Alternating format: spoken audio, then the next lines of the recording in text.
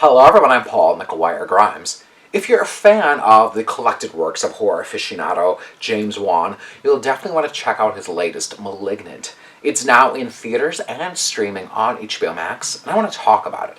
This is Paul's trip to the movies.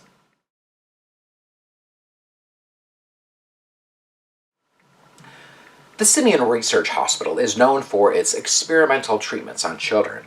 And for one extreme patient, they are told, it's time to cut out the cancer. Director James Wan sets up this tease and then cuts to Annabelle Wallis' character, Madison. She's pregnant again, but in a toxic relationship with her boyfriend, Derek. And after a late-night home invasion, Derek is killed, but Madison barely survives the attack. She's left in a traumatic state, resulting in terrifying visions of grisly murders. James Wan wastes no time and kicks things into high gear with that hospital scene, followed up right by the attacks on Derek and Madison. He leaves the audience in that kind of unnerving state as Madison is then left living in this huge house by herself. And Wan certainly knows how to keep the house a character of this movie.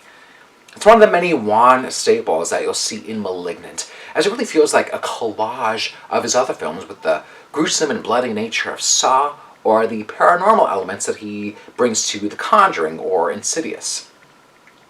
Wan's last films were actually a departure from the horror genre, with Aquaman and Furious 7, and it's really great to see him back in his element. Malignant delves into Madison's past and the trauma that she's lived in from her childhood, which is then revealed throughout the film. It's hard to dive in too much without getting into spoilers, and really, the less you know about Malignant, the better, as part of the fun comes from that bonkers, wild ride that Wan puts his audience through.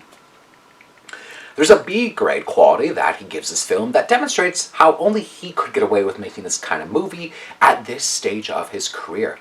It would completely collapse under a newer, more inexperienced director who would have tried way too hard with this material. Annabelle Wallis certainly knows the style that she's playing into as Madison, this traumatized victim. She's giving a really heightened type of performance. And if you think that most of the film is already kind of kooky, just wait till you get to the final 20 minutes when the reveal happens. It's the kind of jaw-dropping, what am I watching, indescribable, next-level horror twist that you certainly won't see coming. Now, don't expect any of Malignant to live at a state of realism, but that's part of the fun, as Wan really gives you permission to laugh at the absurdity of it all. The success of Malignant has come from that word of mouth that it's received. It's the kind of movie that gets people saying, did you see Malignant? What did you think of that ending? Now, Malignant may not have the universal appeal of The Conjuring or Insidious, but there's a really specific audience here that will dig James Wan's latest horror entry. I'm giving Malignant 3.5 out of 5 ticket stubs. If you like my review today, click subscribe on my YouTube channel. I got some of the movie reviews, as well as my appearances on Twin Cities Live. Don't forget to follow me on Instagram and Twitter at Paul's Movie Trip. I'd love to hear from you. And then go to my website, paulstriptomovies.com, for even more reviews. Thank you so much for watching my review of Malignant. This is Paul's Trip to the Movies.